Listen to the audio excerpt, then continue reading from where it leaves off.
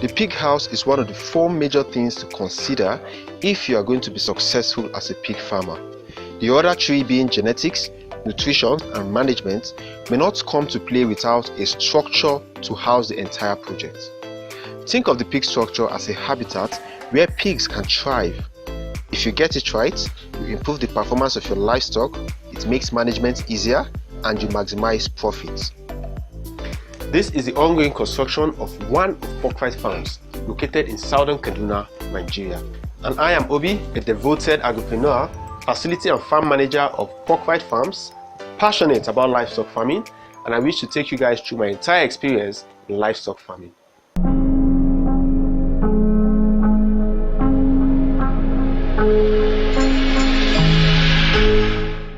So one of the major elements in a pig farm is the farrowing pen. The farrowing pen is where sows are brought to give birth and then nurse their piglets. Sows are carried to the farrowing pen 2 to 3 weeks to the delivery so that they can have a peaceful environment for a safe delivery.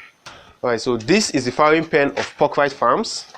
This farrowing pen is designed to accommodate up to 10 sows farrowing at the same time.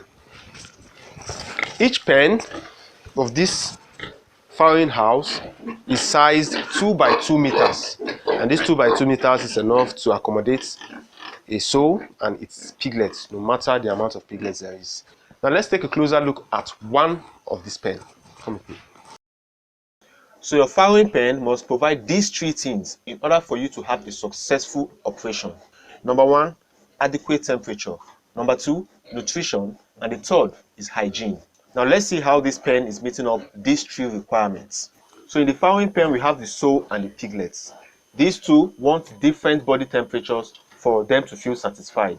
The sow will want a cool environment while the piglets will require warmth in order for them to stay active. So how can you provide these 2 different temperatures in just one pen? Ladies and gentlemen, I present to you the nest. The nest helps to create a barricade between the sow and the piglets so that they can have a private place for themselves. So you can provide warmth in that section of the pen while the sow maintains her cool environment. One of the advantages of the nest is that it prevents crushing.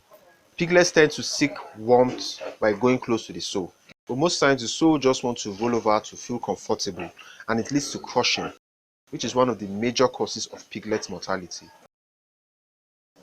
So the next important requirement in a farrowing operation is feeding. First is the breast milk. This breast milk helps them to get antibodies that can help build their immune system and fight against diseases. So if they can have enough of it, then it guarantees their survival in the later months. That is why it's important that you keep the breast milk flowing. How do you do this? You make sure that the sow is well fed constantly. So well-fed sows equals well-fed piglets.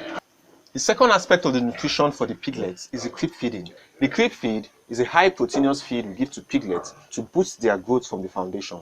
The mistake many farmers make is to start the crib feeding only after they have weaned the piglets.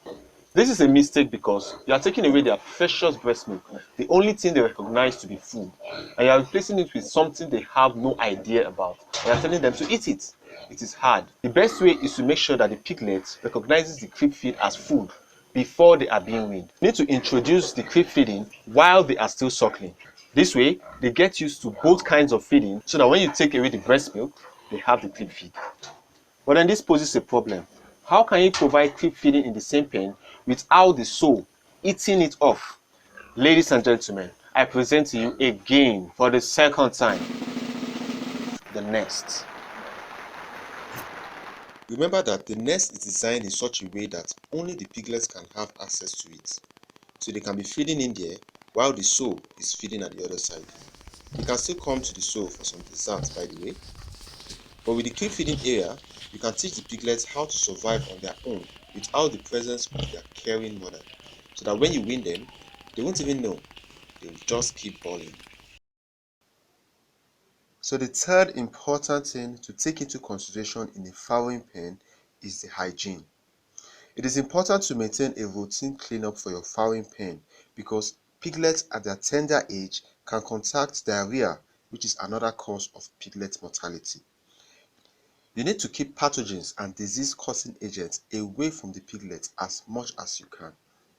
So always clean up the sows poop from the pen and ensure the piglets don't have quick access to it before you do so. Make sure you avoid wetness or dampness in the pen by providing a good drainage through which water can flow out easily.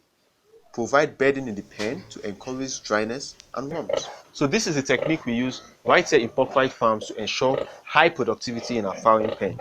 You can use any technique you want, but whatever technique you use, you need to make sure you provide these three requirements: the right temperature, nutrition, and hygiene.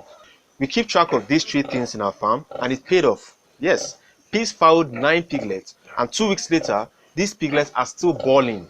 So after they are weaned, all 9 piglets are taken to the nursery pen, a whole different world without their mother. That will be a story for our next video. Hope I see you there.